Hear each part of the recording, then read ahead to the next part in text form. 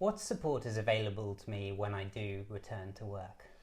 Well, I guess there are two answers to that question. First of all, the support you get from your employer will be down to your employer. And it's important that you ask your employer about that at the point of returning to work. So when you're having a sort of planning meeting, so there might be counselling, there might be occupational health support, there might be physiotherapy. There's an organisation called Access to Work, which is a government organisation where they provide things like they will support or subsidise changes to your furniture. They will subsidise journeys into work if you need to get a cab. They will subsidise things like Dragon software if you've got peripheral neuropathy and can't use a keyboard. But in addition to that, it's important to remember that you're still protected legally, and you're protected against things like victimisation and harassment.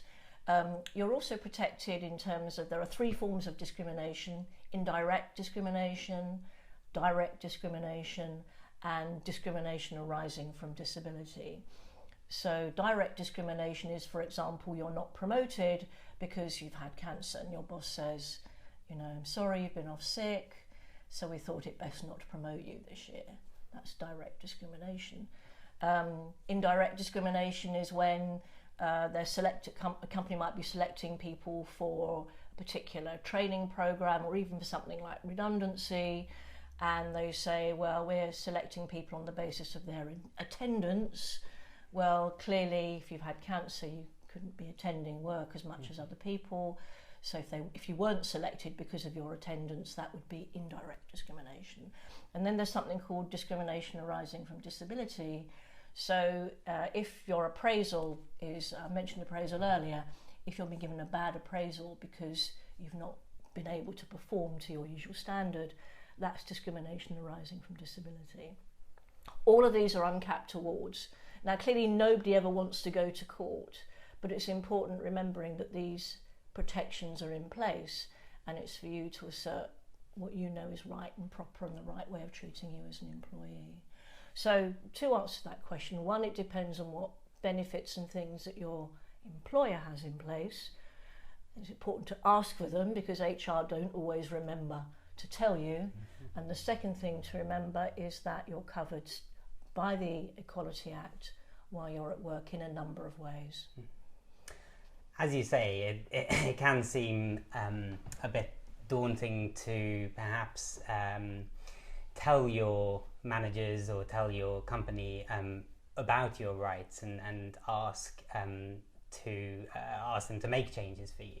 Do you have any advice around that, or is there anyone who you can turn to help with that? Okay, well, organisations, a quick advert here for Working with Cancer. I'm more than happy to help people have those conversations. Macmillan and Maggie's also provide support for people returning to work after cancer. And sometimes it's just about thinking about the conversation, maybe writing it out a few times in a way where you're being, say, gently assertive but not being aggressive. Practice the conversation and then maybe practice it with a friend or a relative, and then kind of grit your teeth and have it. If you don't ask for support, you may not get it. Silence is not golden. Okay, and you mentioned earlier occupational health. Yeah. How does that work? I know a lot of people won't know what occupational health does. It's occupational health. It varies depending on the employers. Large employers might have their own in-house facility. They may outsource to other organisations, but basically these are individuals. They're not cancer specialists. They're normally health professionals who can talk to people about the kind of physical adjustments they might make when they're coming back to work. They'll often recommend the hours of work that you should do and how to phase a return. When I talk about a phased return, it might be that you start working 2 hours a day to begin with for the first week, then half a day for the second week. And so they will come up with a plan for you to consider and discuss and agree as to what's going to work for you. Sometimes very good occupational health providers will provide counselling and support of that nature, but it does tend to vary depending on the provider and what the employer's paid for the service. The other thing to realise is that your meetings with occupational health providers are confidential, but occupational health is a service provided by the company and therefore tends to be, I guess, more inclined to persuade you to come back to work, even if you may not feel you're ready for it yet. Thank you.